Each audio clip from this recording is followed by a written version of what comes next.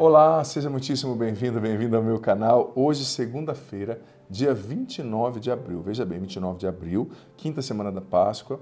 Hoje nós celebramos a grande doutora da Igreja, Santa Catarina de Sena, Virgem Doutora da Igreja. Eu gosto demais de Santa Catarina. Santa Catarina nasceu em Siena, na Itália, em 1347. Ainda adolescente, movida pelo desejo de perfeição, entrou na Ordem Terceira de São Domingos dos Dominicanos.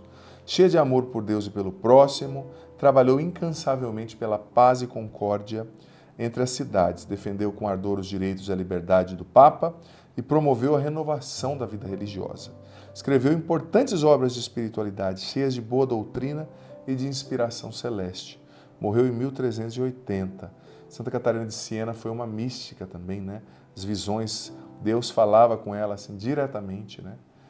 Ela ouvia, escrevia, os seus copistas ali, né?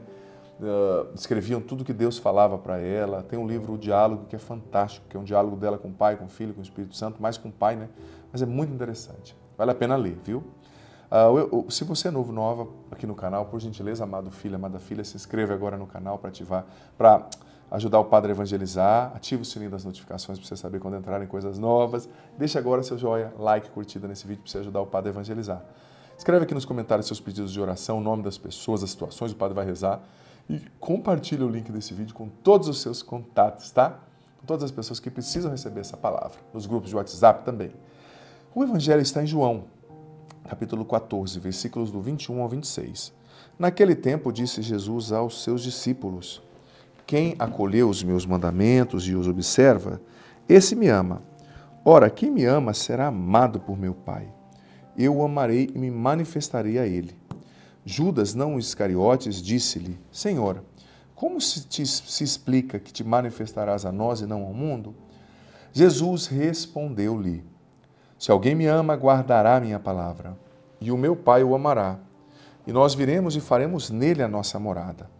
Quem não me ama, não guarda a minha palavra, e a palavra que escutais não é minha, mas do Pai que me enviou. Isso é o que vos disse enquanto estava convosco. Mas o defensor, o Espírito Santo que o Pai enviará em meu nome, ele vos ensinará tudo e vos recordará tudo que eu vos tenho dito. Palavra da salvação, glória a vós, Senhor. Já bem, um evangelho muito bonito, né? Judas ali, não Iscariotes, perguntou: Senhor, como te explicas que o Senhor se manifesta a nós e não ao mundo, né? É interessante isso. Eu lembro quando eu me converti à igreja, assim, tive meu encontro pessoal com Jesus aos 17 anos e fui batizado no Espírito Santo depois de uma vida de drogas, né? Eu já entendia bem inglês, conhecia autores americanos, ouvia muito rock satânico, aqueles grandes cantores cabeludos, bonitos, celebrados na cultura, todo mundo queria ser como eles.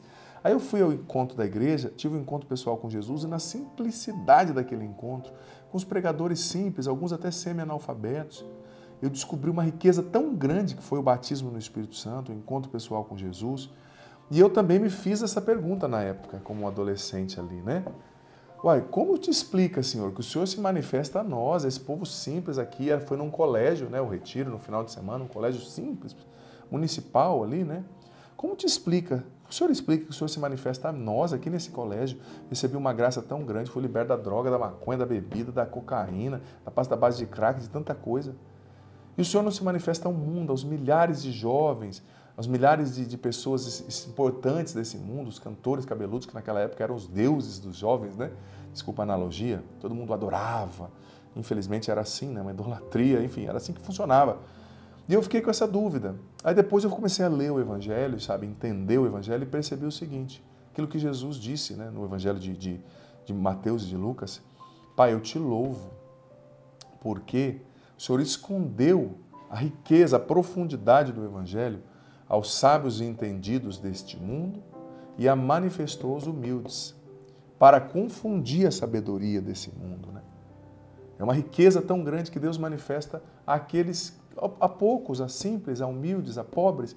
Mas veja bem, Santo Tomás explicava sobre isso na Suma Teológica. Isso não quer dizer que há uma deficiência da misericórdia de Deus. Não quer dizer que há uma deficiência da ação de Deus. Ele não consegue, ele não quer mostrar o poder, o amor dele àquelas pessoas que são sábias, que são celebradas pela cultura, que são importantes, que são bonitas, que são ricas. Não, não. não é Deus que exclui essas pessoas, são essas pessoas que se auto-excluem. Por quê?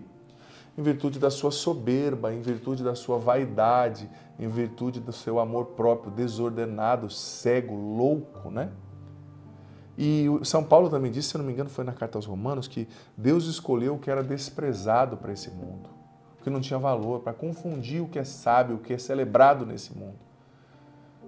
Eu lembro que quando eu me abri a Deus, eu estava num momento muito difícil. Por exemplo, desprezado por esse mundo, um drogado, eu tinha perdido amigos, ninguém já me levava mais a sério, um viciado que às vezes ficava na rua, caído, drogado.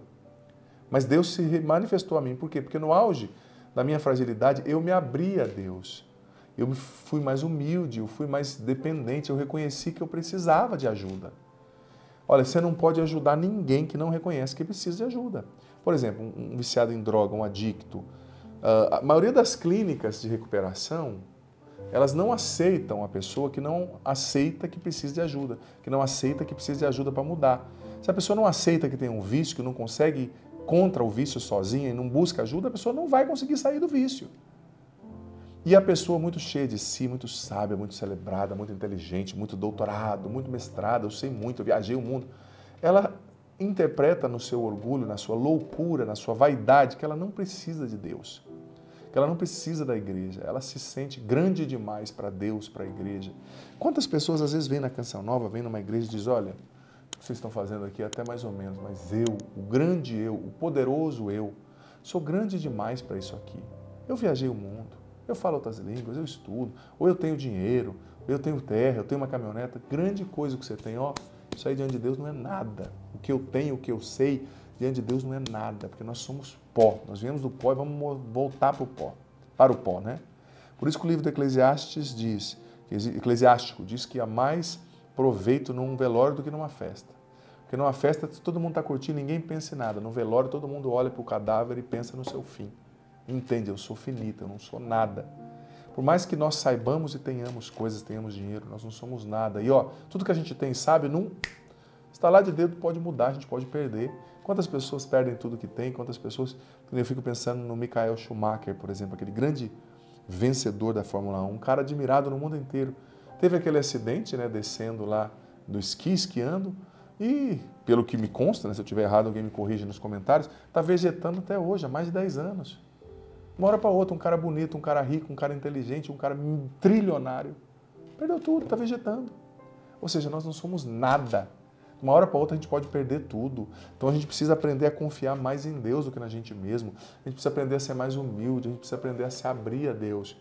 Porque isso explica porque Deus se manifesta a uma porçãozinha e não ao mundo. Porque o mundo é muito orgulhoso, é muito vaidoso, é muito cheio de si. Eu confio nos meus seguidores, eu confio no meu dinheiro, eu confio na beleza do meu corpo. Eu vejo os jovens, às vezes, com todo respeito, é patético. Eles confiam na beleza do corpo deles. Eles confiam, sabe, na beleza do que eles têm, a inteligência, a sagacidade, a rapidez, como se aquilo fosse deles, como se aquilo fosse eterno. Você que é jovem, eu digo para você, você vai ver, isso não é seu, isso não vai durar, está de passagem. A beleza não é sua, ela está dando tchau para você em cada dia. Você vai perder essa beleza, o seu corpo vai ficar flácido, as rugas vão chegar. Por quê? Porque isso não é seu, não seja orgulhoso, eu sou bonito, eu sou jovem, isso passa. Confie em Deus, Ele é a segurança. Ele que precisa agir na nossa vida, Ele precisa ser o primeiro. O Senhor esteja convosco, Ele está no meio de nós. Desça sobre vós, sobre a água, a bênção do Deus Todo-Poderoso, Ele que é Pai, Filho e Espírito Santo. Amém. Digita aqui agora, minha confiança está em Deus, a nossa frase de hoje, testemunho público de fé. E por favor, escreve aqui nos comentários, nem que seja uma linha, poucas palavras, o que você entendeu desse evangelho, dessa reflexão, o que ficou forte para você. Escreve aqui, isso é muito importante, sabe? Porque senão você corre o risco de deixar essa palavra simplesmente ir embora, se esvair, sem colher os frutos dela. Medita, rumina e escreve aqui. Deus abençoe você. Ótimo dia. Ótima semana.